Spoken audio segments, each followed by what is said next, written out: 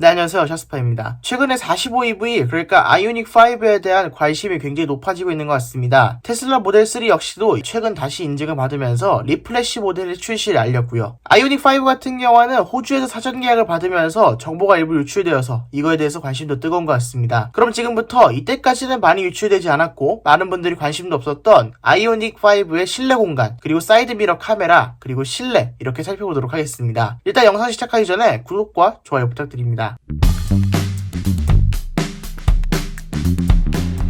먼저 아이오닉5의 외관부터 한번 살펴보겠습니다. 여러분들 생각보다 아이오닉5가 작은 차라고 생각하시는 경우가 많더라고요. 전기 포니 이런 얘기가 많이 있으니까 그런 말씀을 하시는 것 같은데 이 차량은 사실 포니라고 보기에는 좀 큽니다. 그리고 전장은 짧을지라도 휠 베이스는 상당히 길어서 어찌됐건 여러분들이 생각하시는 것보다 클 거예요. 인터넷 커뮤니티에 이런 식으로 커버를 씌우고 있는 사진도 있는데 커버를 씌운 모습을 보면 확실히 주변 차량처럼 크다는 느낌이 드시죠? 이 45EV는 생각하시는 것만큼 작은 차가 아닙니다. 그렇기 때문에 차체 사이즈라든지 여러가지 공간에 대해서는 걱정하지 않으셔도 될 것 같습니다. 헤드램프에는 깜빡이가 U자 형태로 들어오고 있는 모습을 보여주고 있는데요. 저거는 헤드램프에서 들어오는 데이라이트와 같은 식으로 들어온다고 합니다. 그러니까 2way 방향지시대인 거죠. 전면 디자인은 정말 심플합니다. 전용 모델, 그러니까 완전 전기차 플랫폼에서 완전 순수 전기차 모델로 나오다 보니까 기존의 코나 EV, 니로 EV에서 보여줬던 약간 이상한 그릴이 있었는데 막아놓은 듯한 그런 그릴은 없어질 것으로 보이고요. 테슬라처럼 조금 더 깔끔한 외관을 보여줄 수도 있지 않을까 이런 의견을 갖게 됩니다. 후면부도 전면부와 상당히 유사합니다. 그런데 약간 도트 타입의 LED가 들어가 있는 모습을 볼 수 있습니다. 아이오닉5는 어떤 식으로 될지 궁금합니다. 아예 스타렉스처럼 전체가 다 백색인 테일램프로 쓰게 될지 아니면 일부는 붉은색이고 깜빡이가 들어오는 부분, 후진등이 들어오는 부분만 투명색일지 이런 거는 굉장히 또 궁금해집니다. 네, 그리고 아이오닉5라고 한다면 상징하고 있는 소재가 약간 있죠? 바로 사이드미러 카메라. 사이드미러를 카메라로 대체하게 됩니다. 사이드미러를 카메라로 대체하면서 제가 보여드린 사진에서는 굉장히 충격적인 모습의 사이드미러가 위치하고 있었죠. 이게 양산형 디자인이냐, 이게 말이 되냐, 이런 의견이 줄을 이었습니다. 사이드미러 카메라라면 나 같으면 안 달고 말겠다,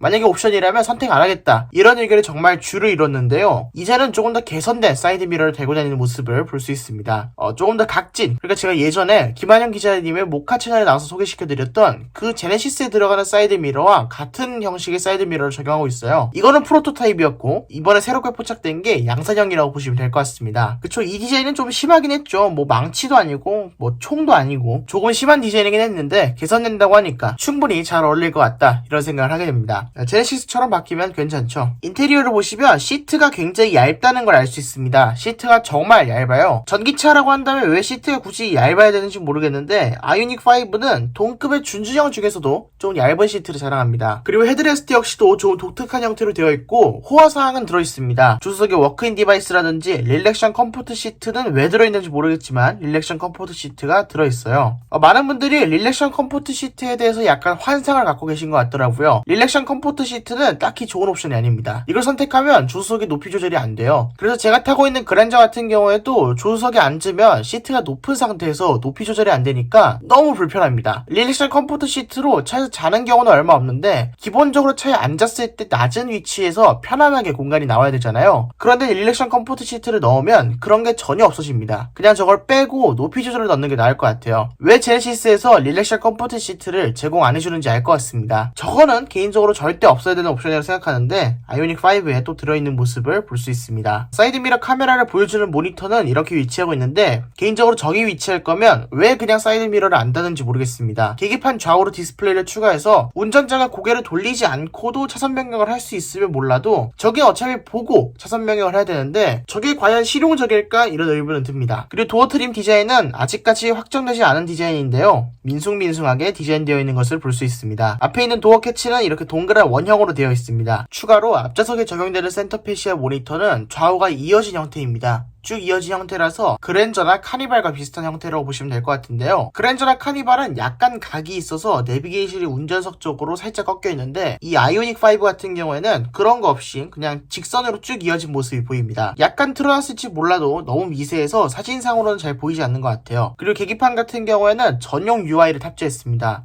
그러니까 다른 차량과 공유되는 게 아니고 전용으로 쓰고 있는 모습을 볼 수 있는데요. 사실 투싼 4세대 같은 경우에도 테스트 기간에는 전용 UI를 쓰다가 테스트가 끝나면서 전용 UI가 아닌 다른 UI를 사용하는 게 포착되었죠. 그런 걸 봤을 때 아이오닉 5도 나올 때까지는 정확히 어떤 UI가 탑재될지 조금 더 기다려봐야 될 것 같습니다. 내비게이션 UI는 다른 현대차와 완벽히 동일한 모습을 볼 수 있습니다.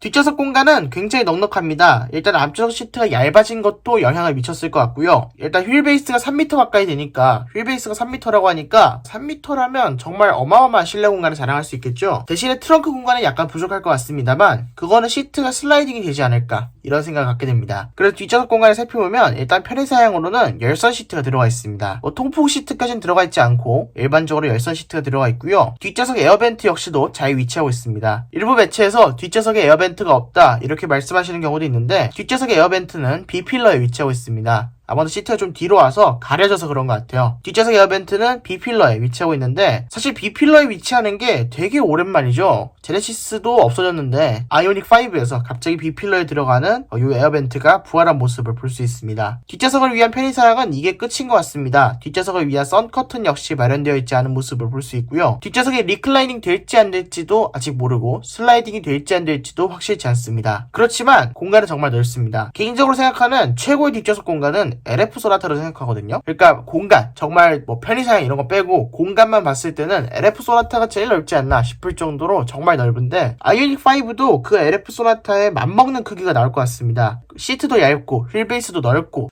이렇게 레그룸도 넓어서 아마도 LF 소나타에 맞먹는 그런 뒷좌석 공간을 자랑하게 될 것 같습니다. 그리고 이 차량은 후륜구동을 기반으로 한 4륜구동입니다. 전기차로 오면서 사실 그게 별 의미는 없죠. 후륜구동 기반이고 뭐 전륜구동 기반이고 별로 중요하지 않은데 기본형은 후륜구동이고 옵션을 선택하면 4륜구동으로 앞에 모터가 들어가니까 후륜구동 기반 4륜구동 이렇게 설명할 수 있겠죠. 후륜구동 기반 4륜구동이라서 일반적으로 후륜구동이라 한다면 예전에는 센터 터널이 이렇게 높게 올라와 있어야 되는데 이 아이오닉 5 같은 경우에는 그게 전혀 없습니다. 전기차 전용 플랫폼이고 또 모터가 뒤에만 있으면 되니까 그런 거 없이 그냥 뒤에 모터만 놓고 이 바닥은 그냥 평평하게 되어 있는 모습을 볼 수 있습니다. 전기차로 오면서 장점이라고 한다면 엄청난 토크, 엄청난 가속감 이런 것만 생각했는데 사실 저런 부분도 장점이 될 수 있다는 거 생각해 주셨으면 좋겠습니다. 네, 그럼 지금까지 아이오닉 5를 살펴봤는데요. 아이오닉 5 그렇게까지 작은 차는 아닙니다. 실내 공간도 넓고요. 앞좌석 공간도 상당히 넓습니다. 그리고 편의사양도 추가로 제공될 것으로 보이는데요. 편의사양이 더 밝혀지는 대로 속속히 전해드리도록 하겠습니다. 그럼 지금까지 샤스퍼였습니다. 구독과 좋아요 부탁드립니다. 감사합니다.